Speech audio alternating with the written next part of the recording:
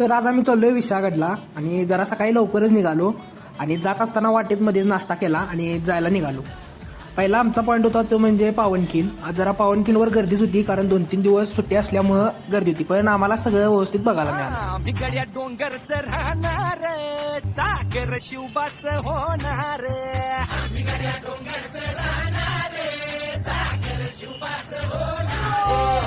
बिगड्या डोंगरच राहणार चाकर शिवबाच होणार. तिथून मग आम्ही विशाळगडला जायला निघालो आणि विशाळगडवरचे सगळे पॉईंट बघितले.